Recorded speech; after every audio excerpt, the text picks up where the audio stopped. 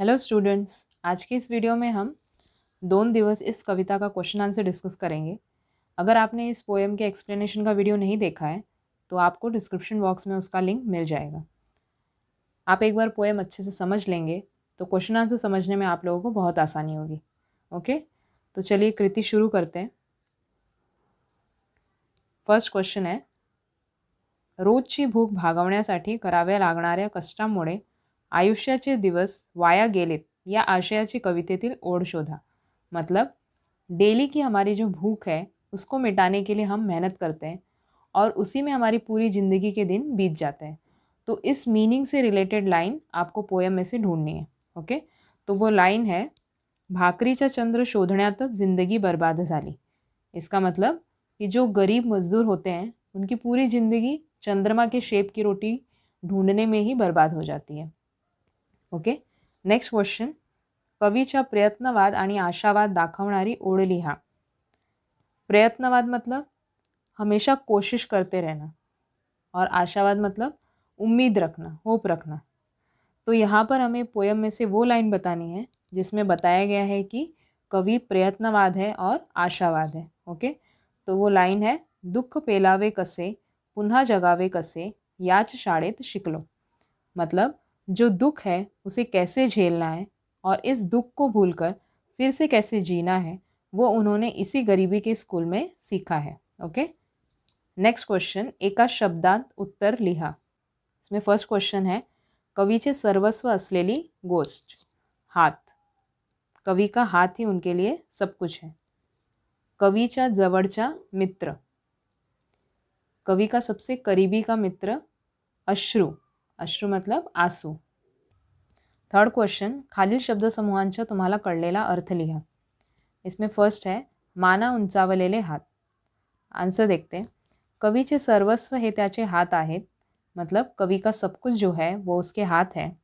याच हातांनी कवीने कष्ट केले आहे और इन्हीं हाथों से उन्होंने मेहनत की।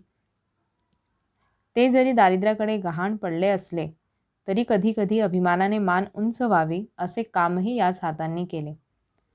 कभी कभी कवि की लाइफ में ऐसी सिचुएशन भी आई कि उन्हें अपना हाथ गिरवी रखना पड़ा और दूसरी तरफ इन्हीं हाथों से कभी कभी ऐसे काम हुए कि अभिमान से उनका सिर ऊंचा उठ गया। ओके, नेक्स्ट क्वेश्चन है, कलम केलेले हाथ। मतलब तोड़ना या फिर काटना।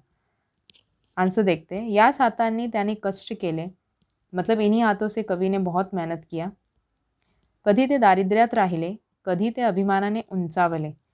कभी उनके हाथ गरीबी में रहे तो कभी इन्हीं हाथों की वजह से उनका सिर गर्व से ऊंचा उठ गया। तर कधी अशी वेळ आली की ते जायबंदीही झाले। कलम झालेले म्हणजे बळजबरीने बांधलेले होय। और कभी कभी ऐसा समय आया कि उनके हाथों को ज़बरदस्ती से बांध दिया गया। मतलब कभी कभी उन्होंने अपनी कविताओं के जरिए समाज में कुछ नया करने का सोचा तो बड़े पावर ने उन्हें ऐसा करने से रोक दिया। तो इसे ही कहते हैं हम कलम केलेले हात। नेक्स्ट है, दारिद्र्याकडे गहाण पडलेले हात। इसका आंसर देखते हैं, कामगारांच्या वास्तव जीवनाचे चित्रण करताना कवी म्हणतात की कष्टकर्यांचे हात हेच त्यांचे सर्वस्व असते। मतलब कि जो गरीब मजदूर होते हैं उनके रियल जीवन के बारे में बताते हुए कवि कहते हैं कि गरीब मजदूरों के लिए उनका हाथ ही सब कुछ होता है। हाथांनी ते कष्ट करतात व उदरनिर्वाह करतात। इन्हीं हाथों से वो मेहनत करते हैं और अपना पेट भरते हैं। पण तेवढ्याने पोट भरत नाही, कारण दैन्य दारिद्र्यात ते खितपत पडलेले असतात। लेकिन उतने में ही उनका गुजारा नहीं होता क्योंकि उन्हें हमेशा अपने भविष्य के गुजारे की चिंता लगी रहती है और हमेशा वो गरीबी में खटते रहते हैं। त्यांना उद्याच्या निर्वाहाची काळजी असते। हे दुख व्यक्त करताना कवी म्हणतात, तो ये दुख को एक्सप्रेस करते हुए कवि कहते हैं कि जणू कामगारांचे हात दारिद्र्याकडे गहाण पडलेले आहेत। कि गरीब मजदूरों के हाथ हमेशा गरीबी की वजह से गिरवी रहते हैं। दारिद्र्याकडे गहाण पडलेले हात म्हणजे तारण ठेवलेले हात। मतलब तारण ठेवलेले हात मतलब गिरवी रखे हुए हाथ। नेक्स्ट फोर्थ क्वेश्चन, काव्य सौंदर्य। खालील ओळींचे रस ग्रहण करा। 2 दिवस वाट पाहण्यात गेले, 2 दुःखात गेले, हिशोब करतो आहे किती राहिलेत डोईवर उन्हाळे। तो इसमें सबसे पहला पॉइंट हमें लिखना है आशय सौंदर्य। 2 दिवस या कवितेत कवी नारायण सुर्वे यांनी कष्टकऱ्यांच्या जीवनाचे वास्तवचित्र रेखाटताना भाकरीचा चंद्र शोधण्यातच जिंदगी बर्बाद झाली असे भीषण जीवन सत्य व्यक्त केले आहे। तो 2 दिवस इस कविता के कवि नारायण सुर्वे गरीब मजदूरों की रियल लाइफ के बारे में बताते हुए कहते हैं कि चंद्रमा के आकार की रोटी ढूंढने में ही उनकी पूरी जिंदगी बर्बाद हो जाती है। दारिद्र्याकडे गहाण पडलेले कामगारांचे आयुष्य असले तरी प्राप्त परिस्थितीत लढत राहण्याची जिद या कवितेत सुर्वे यांनी केली आहे। भले ही उन्हें अपनी पूरी जिंदगी गरीबी के कारण गिरवी रखनी पड़ती हो, तो भी उनके अंदर ऐसी सिचुएशन से लड़ते रहने की जिद होती है। नेक्स्ट पॉइंट काव्य सौंदर्य। प्रस्तुत ओळीमध्ये माणसाच्या आयुष्याची क्षणभंगुरता सांगताना कवी म्हणतात की कामगारांचे जीवन खरे तर 4 दिवसांचे आहे। इस लाइन में कवि गरीब मजदूर की छोटी सी जिंदगी के बारे में बताते हुए कहते हैं की उनका जीवन मानो 4 दिन का ही होता है। त्यातील 2 दिवस सुखाची वाट पाहण्यात गेले तर उरलेले 2 दिवस दुःखात गेले और उसमें से 2 दिन सुख का इंतजार करने में बीत जाते हैं और बाकी बचे 2 दिन दुःख का इंतजार करने में बीत जाते हैं। आता किती उन्हाळे किती ऋतू जगायचे उरलेत अशा हिशोब करतो आहे। अब उसे और कितना दुख सहन करना बाकी है इसका वो हिसाब लगा रहे हैं। नेक्स्ट पॉइंट है भाषिक वैशिष्ट्य। तो इसमें आप लोगों को भाषा की क्या स्पेशलिटी है वो बताना है। ओके, नारायण सुर्वे यांनी वरील 2 ओळीतून आपल्या जीवनाचे सत्य अगदी साध्या सोप्या भाषेत व्यक्त केले आहे। यहाँ पर कवि ने अपने और गरीब मजदूरों की सच्चाई के बारे में बहुत ही ईजी लैंग्वेज में बताया है। या ओळीत कवींनी कामगारांच्या वास्तविक जीवनाचे चित्रण केले आहे। जीवन जगण्याच्या संघर्षात अडकलेल्या प्रत्येक साधारण माणसाच्या मनोव्यवस्थेचे ते प्रतिनिधित्व आपल्या कवितेतून करतात और वो अपनी कविता के जरिए जो गरीब मजदूर अपने जीवन से लड़ते रहते हैं तो उस समय उनके मन की जो कंडीशन होती है उसका कवि रिप्रेजेंटेशन कर रहे हैं। ओके, नेक्स्ट क्वेश्चन, दुःख पेलावे आणि पुन्हा जगावे या वाक्यामागील तुम्हाला जाणवलेला विचार तुमच्या शब्दांत स्पष्ट करा। मतलब ये जो लाइन है दुःख पेलावे आणि पुन्हा जगावे, इसका मीनिंग आप लोगों को क्या समझ में आया है वो लिखना है। आंसर देखते हैं। 2 दिवस या कवितेत कवी नारायण सुर्वे यांनी कष्टकऱ्यांच्या जीवनाचे वास्तवचित्र रेखाटताना भाकरीचा चंद्र शोधण्यातच जिंदगी बर्बाद झाली असे भीषण जीवन सत्य व्यक्त केले आहे। मतलब 2 दिवस इस कविता के कवि नारायण सुर्वे गरीब मजदूरों की रियल लाइफ के बारे में बताते हुए कहते हैं कि चंद्रमा के आकार की रोटी ढूंढने में ही उनकी पूरी ज़िंदगी बर्बाद हो जाती है। जैसा कि मैंने पहले ही आप लोगों को ये लाइन का मीनिंग बता दिया है और ये दोनों लाइन आप लोगों को अगर 2 दिवस इस पोएम में से अगर पर्सनल रिस्पॉन्स टाइप क्वेश्चन आता है तो ये दोनों लाइन आप लोगों को पहले लिखनी है हमेशा। ओके, तो आप लोगों के लिए ईजी हो जाएगा। आगे क्या लिखा है, कवी म्हणतो की जीवनातल्या दुःखाला न घाबरता न डगमगता सामोरे जावे। कवि कहते हैं कि हमारे जीवन में जो दुख आता है उससे न घबराते हुए हमें उसका सामना करना चाहिए, कारण दुःख माणसाला खूप काही शिकवून जाते, क्योंकि दुःख जाते जाते हमें बहुत कुछ सिखा जाता है।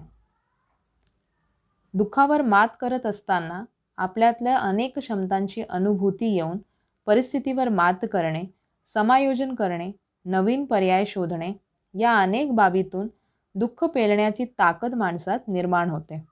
जब हम दुख से लड़ते हैं तो अपने अंदर जो शक्ति है उसका हमें एहसास होता है और हम ऐसी परिस्थिति का सामना करते हुए नया रास्ता ढूंढते हैं और ऐसा करने से हमारे अंदर दुख सहन करने की ताकत पैदा होती है। म्हणून कवी म्हणतो, तो इसलिए कवी कहते हैं की जीवनातल्या दुःखाने निराश हताश न होता सामर्थ्याने विपरीत परिस्थितीला सामोरे जावे आणि जीवनात पुन्हा ताकदीने उभे राहावे। कि जीवन के दुख से निराश न होते हुए हमें हिम्मत से मुश्किल परिस्थितियों का सामना करना चाहिए और अपने जीवन में फिर से हिम्मत के साथ नई शुरुआत करनी चाहिए। हे जीवनाचे खरे सत्य आहे, यही जीवन की सच्चाई है। ओके, नेक्स्ट क्वेश्चन, कवितेत व्यक्त झालेल्या कष्टकऱ्यांच्या जीवनाविषयी तुमच्या भावना लिहा। मतलब कविता में जो गरीब मजदूर हैं उनका जीवन कैसा होता है उनके बारे में आपको बताना है। ओके, आन्सर देख लेते हैं। 2 दिवस या कवितेत कवी नारायण सुर्वे यांनी कष्टकऱ्यांच्या जीवनाचे वास्तुचित्र रेखाटताना भाकरीचा चंद्र शोधण्यातच जिंदगी बर्बाद झाली असे भीषण जीवन सत्य व्यक्त केले आहे। ओके, तो इसका मीनिंग तो हम लोग देख चुके हैं। आगे देखते हैं। अनेक ठिकाणी अनेक प्रकारचे कष्ट आणि अत्यंत श्रमाचे काम करणारे कष्टकरी आपण पाहतो। बहुत जगह पर अलग अलग प्रकार के मेहनत के काम करने वाले मजदूरों को हम देखते हैं। ऊन, वारा, पाऊस अशा सर्व गोष्टी अंगावर झेलून ते सदैव श्रम करत असतात। कड़ाके की धूप, बहुत तेज हवा और बारिश, इन सभी को वो अपने शरीर पर झेलते हुए हमेशा मेहनत करते रहते हैं। जीवनासाठी लागणाऱ्या आवश्यक गोष्टी त्यांना उपलब्ध करून दिलेल्या नसतात। जीवन में जो ज़रूरी चीज़ें होती हैं वो उनके पास पहले से नहीं होती हैं। अत्यंत कमी वेतनावर ते प्रचंड मेहनतीचे काम करत असतात। बहुत कम पगार में वो बहुत मेहनत का काम करते हैं। त्यांना जीवन जगणे खूप कठीण जाते और इसीलिए उनके लिए जीवन जीना बहुत कठीण हो जाता है। रोज काम मिळण्याची शाश्वती नसते।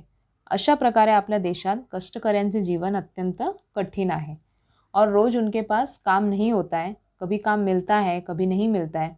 तो इस प्रकार से हम देखेंगे कि हमारे देश में मेहनत करने वाले लोगों का जीवन बहुत ज़्यादा ही कठीण होता है। Okay, last question.